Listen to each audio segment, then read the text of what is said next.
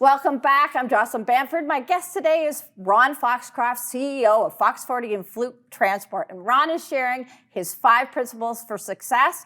Ron, we got one segment that we got to go 3 and 4. Over to you. Tell us about principles 3 and 4. 3 and 4, dealing with adversity. We're all going to encounter bad stuff. It's either something bad's going to happen, somebody's going to let you down, somebody's going to disappoint you. I'll give you an example. I financed 14 trucks, got a 6-year contract to use those trucks. 1 year, and I got big payments on 14 trucks. And 1 year into the contract, the guy calls me and he said, my brother-in-law just started a trucking company and you're out.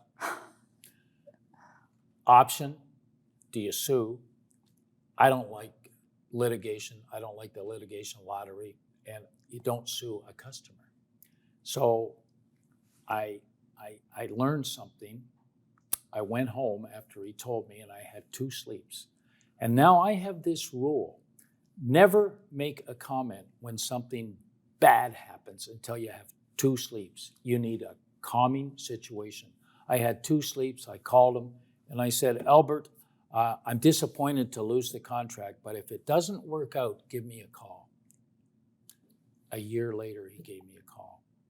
Now, if I hadn't had 2 sleeps, you know what I would have said to him. And this is a family television show, so I can't repeat. But I had those 2 sleeps, and when I went back in, I got the contract again. He says, I'll never forget what you said. After I kicked you out, you said, if it doesn't work out, please give me a call. He said, that stuck with me for a year, and now you're back in because you're professional. Don't burn any bridges. That's a great advice. Don't, and have 2 sleeps. Never comment when you're really ticked off, because you're going to say something that A, is wrong, and B, you're going to regret, and you can't take it back. So have those 2 sleeps. Solid advice. The next thing, community involvement. I was early in my business career, and I decided to get involved in the community by joining the Chamber of Commerce. And I was the least experienced person on the Chamber of Commerce board. Everybody else had much more experience. They'd had encountered much more than me, and I was kind of like a rookie. And it was the best thing because I had volunteered my time to go on that board, and everybody on that board contributed and said something that stuck with me. And I learned, by being involved in the community, you associate yourself with smart people. I got to know you by being in the community. And you know, you're an experienced person in business. I can learn from you because I've got 2 ears and 1 mouth to use proportionately.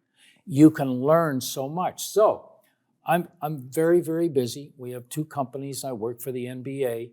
And one day they called me and they said, would you be the honorary colonel of the Argyle Regiment, which is one of the most prestigious reserve regiments, a kilted regiment in all of Canada? Well, it was right at the time when Nathan Cirillo got killed. Corporal Nathan Cirillo got killed. I'm the honorary colonel. The colonel-in-chief was Her Majesty Queen Elizabeth. After the funeral for Corporal Cirillo, the Queen emailed me and said, would you come to my apartment at Buckingham Palace so that I can express condolences on the passing of Corporal Nathan Cirillo, which I did. I went to the Queen. I went to her apartment in Buckingham Palace with her 2 corgi dogs. She had done her homework on the Argyle Regiment. She knew everything about Corporal Nathan Cirillo and the family. Once she expressed condolences, she then said to me, would you and Marie like to see my garden? Imagine you're in her apartment where nobody goes, and she's opening the drapes to see her apartment and her garden. It's beautiful. To which I said, Your Majesty, you've done a wonderful job cutting your lawn.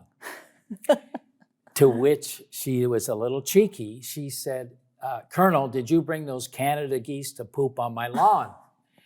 To which I gave her a Fox 40. There you go. And she put it in her mouth and said, this is better than a shotgun. The Queen.